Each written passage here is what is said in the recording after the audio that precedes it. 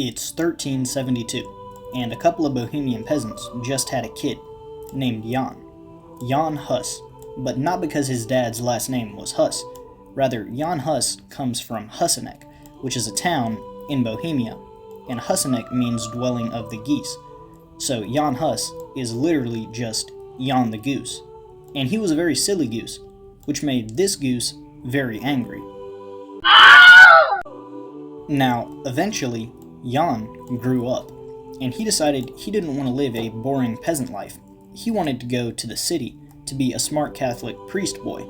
So in 1400, he was ordained, and in 1402, he becomes the preacher at Bethlehem Chapel. And in 1411, Jan decides he's going to start preaching how it's not okay for the church to be violent, and indulgences are bad because forgiveness comes through repentance and not money. And selling church offices is wrong, and the church needs to do something about it. And if you're a church official of a certain place, then you should live in, or at the very least near, said place. Now, eventually, people who liked Hus, known as the Hussites, took a bunch of papal decrees and lit them on fire.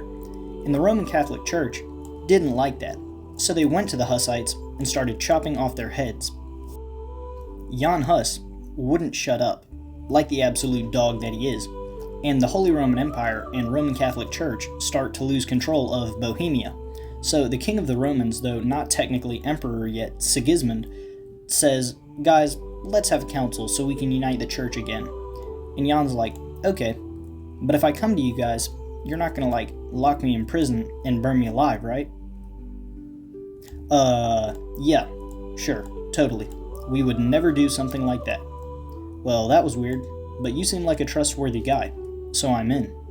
So Jan Hus packed his bags and left the safety of Bohemia to go to the Council of Constance, where he was promptly thrown into prison, starved, condemned as a heretic, forcibly given an awful haircut, stripped of his priestly clothing, and forced to wear a paper hat with demons on it. Then the Roman Catholic Church went to Sigismund and was like, "Okay, now that we said he's a heretic, can you please burn him?" "Wait, why can't you do it?" "Because if you do it, then technically speaking, the church isn't killing him." "Wait, what? I don't think that loophole is gonna work. This is kinda your fault, buddy." "Okay, that's enough of the speaking, no more of that from you. Besides, you were the one who told Jan he was gonna be safe, and that we wouldn't kill him. I mean, you wouldn't kill him."